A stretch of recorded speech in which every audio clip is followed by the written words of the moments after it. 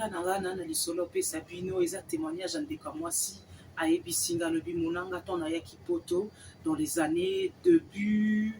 fin 80 début 90 ba réseaux sociaux non ezala quitté na quoi qui précisément na ville à Vienne mais si qu'on entourage dans la communauté congolaise bango ba présenter nga mobile mais mobile on va présenter kinga muna à qui style à guna ngate aza déjà me pousser 1m60 bolimbisanga bibali bazana ba 1m60 on dit tout ce qui est petit et mignon n'est-ce pas non mon continent le banabino je suis pas si grande que ça mais dès comment ça bi mon nazo linga mibali ya milai ba 1m90 ba 1m80 bozo chavirenga mutema en effet nazo kutana mibali wana nyonso oye baguna nga muna basakani nanga na Vienne mobimba batikinga babimi nanga batikinga menga nazo se rendre compte batu bayebisanga mobali aza bien akocha bien aza na mukanda aza na ndako aza na makambo nyonso yo utiko ya ozovande pa batu boye na boye landali ala nonu ye linga ye aza bien ye azalaki kolinga te bisinga muna nazo kokete nomoni tina te nomoni mukuse ana gunanga te odeur ango donc vraiment tina te mais un jour nzamba lakisinga ozo dénigrer ye wana mutaza mutamalamu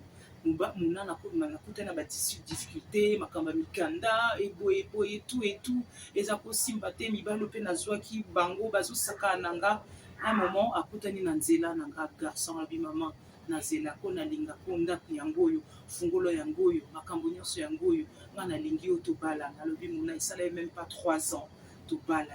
na boti na mukanda na musala quelque temps après bana bakoli na permis mobile ngaza peut-être 1m60 ngana za mona mukuse ye wana zali mulai na vie nanga ye wana mtasali nga makamba milai comme on dit petit mais costaud et la morale de l'histoire on a tobota bana nyonso ba milai ba 1m80 1m95 oh mususu azana la dernière azo na botika mibali ni mibali azo qui est déjà na 1m78 alors qu'azo koksa à peine 16 ans donc nzamba salinga grâce nzamba salinga nguya mona on appelle ça qui témoignage nanga biso basi des fois tozala na bagu tozolinga kara mutu tam sous poza boy mais total la contenu to linga mutu ka te pona extérieur to linga mutu po azali